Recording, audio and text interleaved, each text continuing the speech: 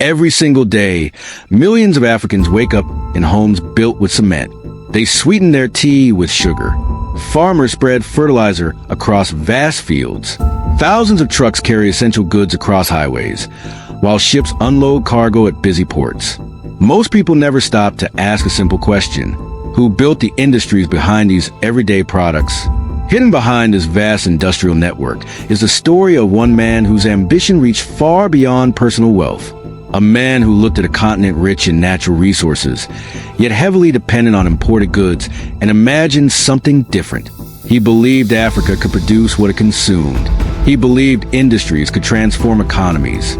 He believed that one company, built on vision, persistence, and calculated risk, could change the future of a continent. Today, his name appears on factories, highways, fertilizer plants, ports, and one of the largest oil refineries ever built in Africa. Some call him Africa's richest businessman. Others see him as one of the continent's most influential industrialists. But wealth is only one part of this story, because this is not just a story of a billionaire. It's the story of an idea that challenged decades of dependence on imports, an idea that helped reshape industries across Africa, and an idea that continues to influence the continent's economic future. This is the story of Aliko Dangote, and how one man built Africa's largest industrial empire, long before the factories, before the billions of dollars, before the trucks, the ports, and the refineries. There was a young boy growing up in one of West Africa's most important commercial cities. That city was Kano. In the decades after Nigeria's independence, Kano was already a thriving center of commerce. For centuries, merchants across the Sahara carrying textiles, leather, grains, and precious goods through its busy markets. Trade wasn't just an occupation here. It was part of the city's identity. It was into this world that Aliko Dangote was born on April 10, 1957. But what made his childhood unusual wasn't only the city around him. It was a family he was born into. Dangote came from one of northern Nigeria's well-known business families. His maternal grandfather, Alhaji Sanusi Dantata, had built a respected trading business and became one of the region's most successful merchants. Wealth surrounded the family, but so did expectations. In business families like the Dantatas, success wasn't simply inherited, it had to be earned. From an early age, Aliko was exposed to conversations about markets, customers, prices, supply, and opportunity. Business wasn't an abstract concept discussed in classrooms. It was part of everyday life. Years later, Dangote would recall that he had always been fascinated by buying and selling. Stories from his early life describe him finding simple ways to make small profits as a child, an early glimpse of the entrepreneurial mindset that would define his future. Whether those child adventures were selling sweets or simply looking for opportunities around him, one thing became clear. He didn't just enjoy making money. He enjoyed understanding how business worked. As he grew older, that curiosity only became stronger. Unlike many young people who dreamed of becoming doctors, lawyers, or politicians, Dangote was drawn to commerce. He wanted to build. He wanted to trade. He wanted to create something that could grow. After completing his early education in Nigeria, he traveled to Egypt to study business studies at Al-Azhar University, one of the world's oldest centers of learning. Leaving home was more than a step toward a degree. It exposed him to a broader view of business, economics, and international trade. But even while studying, his ambition wasn't to spend his life working for someone else. He was already thinking beyond employment. He wanted to build an enterprise of his own. When he returned to Nigeria in the late 1970s, he came back to a country full of opportunity, but also full of challenges. Nigeria's economy was growing rapidly because of oil. Yet many of the products Nigerians use every day, from food to building materials, still depended heavily on imports. Most people saw that as normal. Aliko Dangote saw something else. He saw opportunity. And with the support of his family, a small amount of startup capital, and an ambition far larger than anyone could have imagined, the young businessman took his first step into the world of trade. He had no idea that decision would eventually lay the foundation for one of the largest industrial empires Africa had ever seen. Every great empire begins with a single opportunity. For Aliko Dangote, that opportunity wasn't hidden beneath the ground as oil. It wasn't buried in gold mines, and it wasn't discovered inside a factory. It was hidden in something far simpler: trade.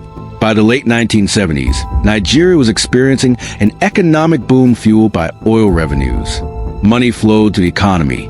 Cities expanded rapidly, and demand for everyday goods grew at an astonishing pace. Yet beneath this growth lay a fundamental weakness. Nigeria consumed far more than it produced. Sugar, rice, cement, and many essential products arrived from overseas. Ships docked at Nigerian ports every day, carrying goods that families and businesses depended on. To many traders, this was simply business as usual. But to a young Aliko Dangote, it revealed something more important. Where demand is constant, opportunity follows. Armed with startup capital provided through family support, he entered the business of importing and distributing commodities such as sugar, rice, and cement. It wasn't glamorous work. There were no headlines, no television interviews, no billionaire lifestyle. Success depended on understanding prices, negotiating with suppliers, managing logistics, and delivering products reliably to customers. Every shipment mattered. Every customer relationship mattered. Every profit was reinvested to grow the business. While others focused on quick gains, Dangote focused on building trust. Customers learned that when his company promised delivery, it delivered. Suppliers learned that agreements would be honored. Banks learned that this young entrepreneur understood discipline. Those qualities became some of his greatest assets.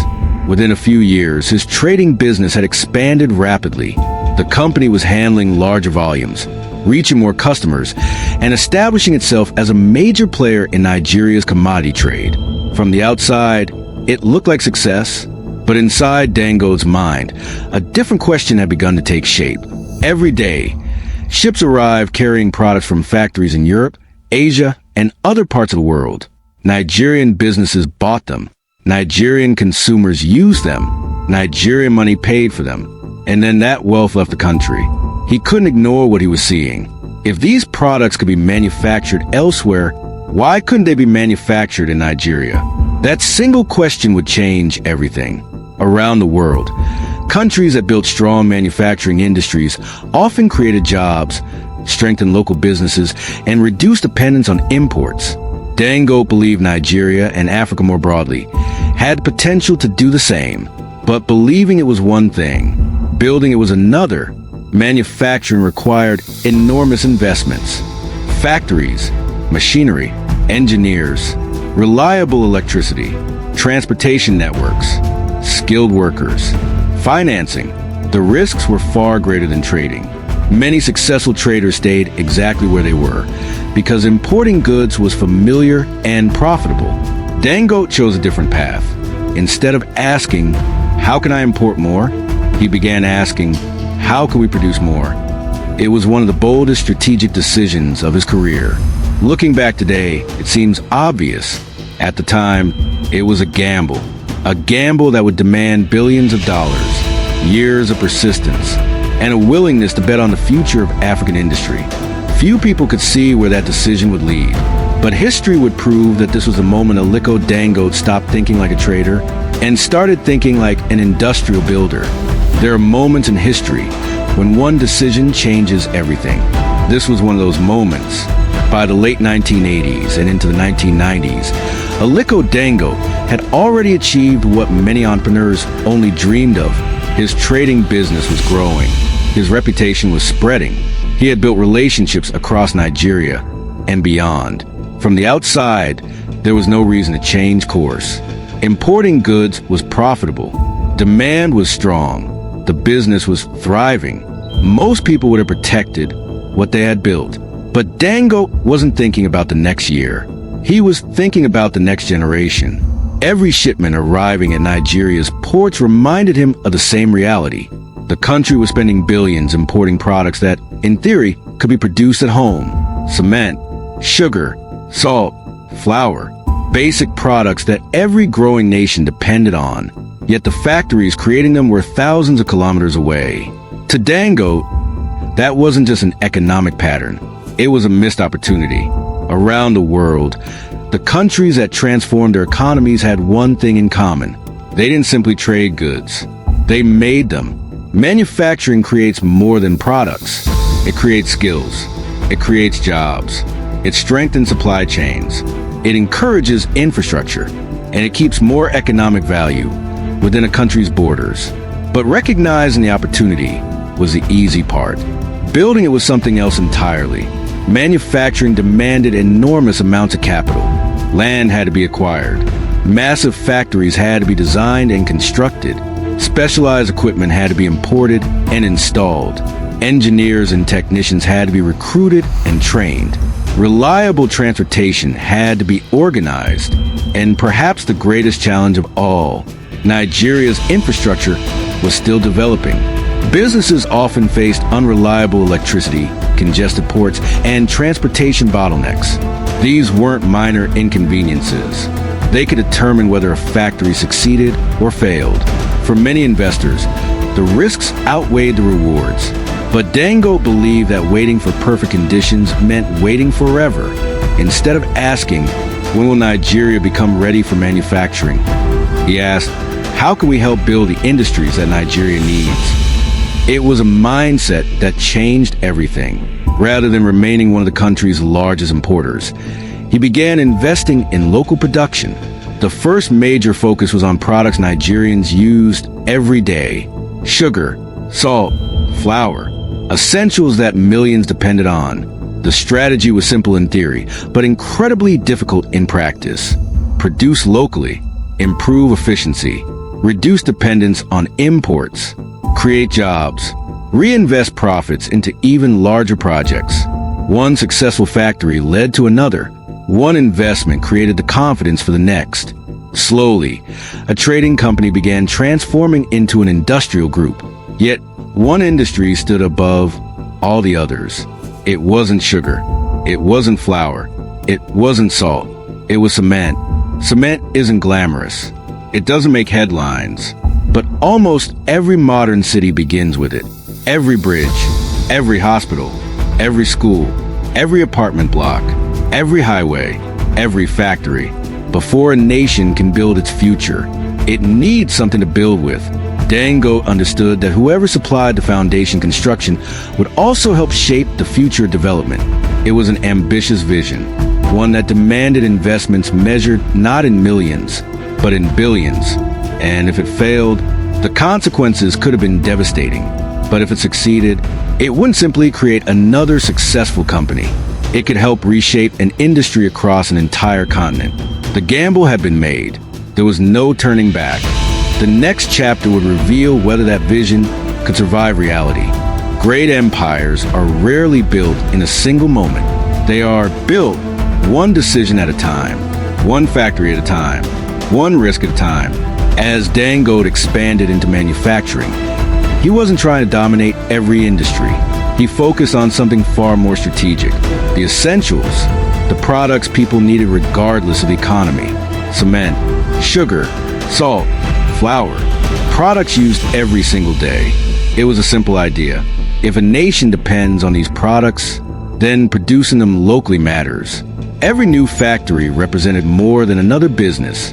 It represented new jobs, new suppliers, new transport networks, new skills, new investment. As production increased, so did confidence.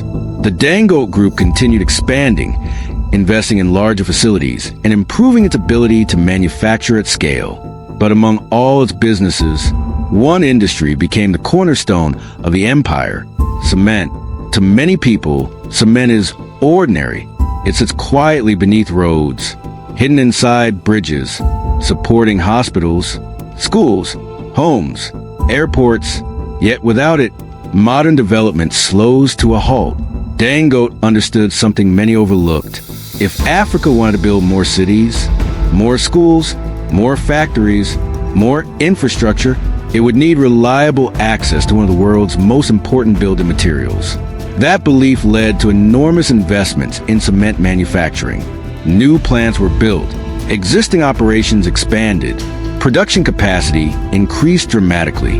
One of the most significant milestones was the development of the Abidjan cement plant in Kogi State, which grew into one of Africa's largest cement manufacturing facilities. Building a plant of that scale demanded years of planning, engineering expertise, financing, and logistics. It wasn't just about pouring concrete. It meant securing raw materials, installing massive industrial equipment, training thousands of workers, and creating supply chains capable of serving millions of customers. The scale was extraordinary. Day after day, limestone was extracted. Kilns operated around the clock. Conveyor belts stretched across vast industrial sites.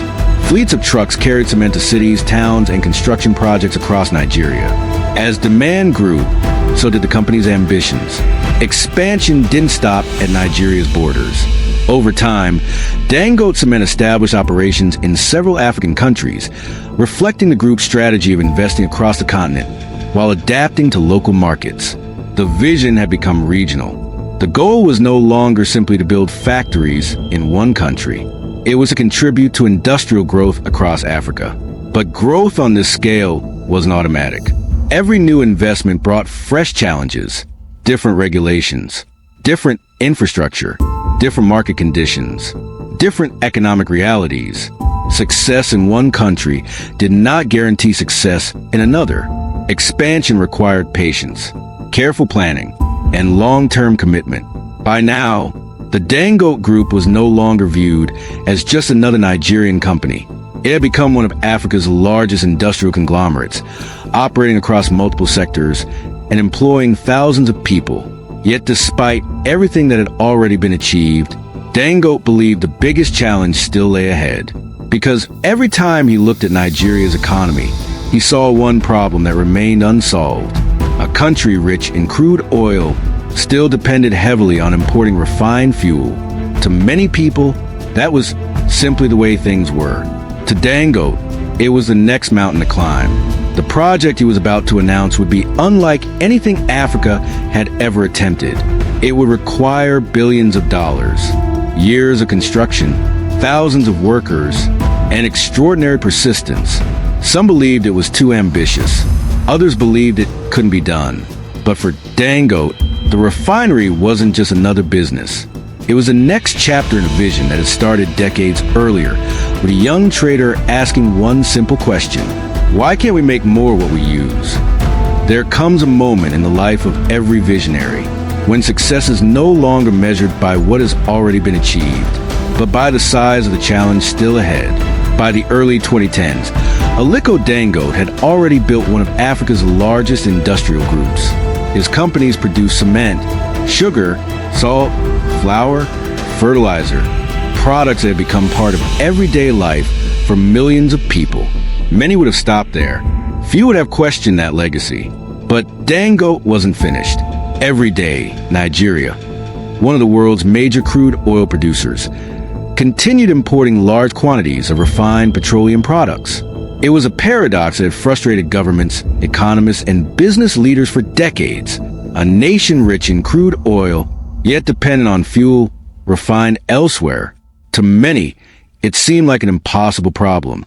To Dangote, it looked like another opportunity to build. In 2013, plans for what would become the Dangote Petroleum Refinery gathered momentum. The vision was extraordinary. Build one of the largest single-train oil refineries in the world right here in Nigeria. It wasn't simply another factory. It was an industrial city. Thousands of hectares, vast networks of pipelines, massive storage tanks, specialized processing units, power generation, marine facilities, roads, housing, an engineering project on a scale rarely seen anywhere in the world. But ambition has a price. The project demanded enormous financial investment. It required expertise from engineers, contractors, and specialists from around the globe. Construction stretched over years. There were delays, rising costs, global supply chain disruptions, and unprecedented challenges during the COVID-19 pandemic. Critics questioned whether the refinery would ever be completed. Headlines speculated, deadlines shifted, doubts grew louder. Yet construction continued. Day after day, steel rose into the sky. Pipelines stretched across the site. Heavy machinery reshaped the landscape. Thousands of workers pressed forward. Eventually, after years of planning and construction, the refinery reached key operational milestones. marking the beginning of a new chapter for one of Africa's most ambitious industrial projects. Whether viewed as a business achievement, an engineering milestone, or a bold economic experiment, the refinery had already changed the conversation. It showed that projects once considered beyond Africa's reach could, in fact, be pursued on African soil.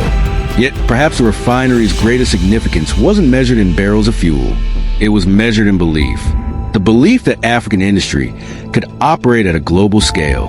The belief that long-term investment could reshape economies. The belief that impossible projects sometimes begin with a single question: why not here? And in many ways, that question had followed Aliko Dangote throughout his entire career, from trading commodities, to building factories, to producing cement, to investing in fertilizer, to constructing one of the world's largest refineries. Every chapter of his journey reflected the same pattern. See a challenge, imagine a solution, build for the long term. But no legacy is complete until history decides how it will be remembered. History has a remarkable way of judging people. Sometimes it remembers them for the wealth they accumulated, sometimes for the power they held, and sometimes for the ideas they left behind. So, where does Aliko Dangote belong? Is he simply Africa's richest businessman? Or is his story something far greater? The answer depends on how history measures success. Because when future generations look back at the early decades of the 21st century, they may see more than balance sheets and business rankings. They may see a period when African entrepreneurs began thinking on a different scale: bigger factories, bigger infrastructure, bigger ambitions, bigger dreams.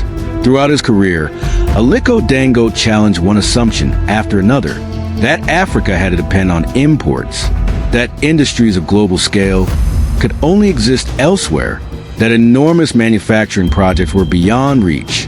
Whether every ambition succeeds or not, those assumptions were challenged. Across Nigeria and several other African countries, the Dangote Group has invested in industries that produce essential goods, employ thousands of people, and contribute to manufacturing capacity. Like every major business leader, his journey has also attracted debate. Supporters point to the scale of investment, job creation, and industrial development. Critics have raised questions about market competition, public policy, and the influence of large corporations. These conversations are part of the legacy as well, because history is rarely written in simple terms. It is shaped by achievement, scrutiny, success, and debate. But perhaps the most enduring part of Dangote's story isn't any single company. It isn't a refinery. It isn't a cement plant. It isn't a place on a rich list. It's a way of thinking, a belief that lasting progress comes from building, not just buying, from investing, not just trading, from creating industries that continue serving people long after the headlines have faded. Somewhere in Africa today, a young entrepreneur is sketching an idea in a notebook. Somewhere else, a student is wondering whether a dream that seems impossible today could become tomorrow's reality.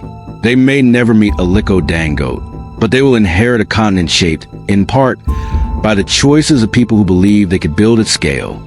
And maybe that is the true measure of legacy, not whether everyone agrees with you, not whether every project succeeds, but whether your work expands what future generations believe is possible. Because every great civilization, every great economy, every great nation was built by people willing to imagine something larger than themselves. Aliko Dangote's story is still being written. The factories continue to operate. The trucks continue to move. New investments continue to emerge. And history will continue to decide how his legacy is remembered. But one thing is already certain. A young boy who grew up in the trading city of Kano went on to build one of the largest industrial empires Africa has ever known. And in doing so, he challenged a continent to believe that it could build more, produce more, and dream bigger. This is more than the story of one man. It is the story of vision, of persistence, of calculated risk, of industry, and of the belief that the future is not something we wait for. It is something we build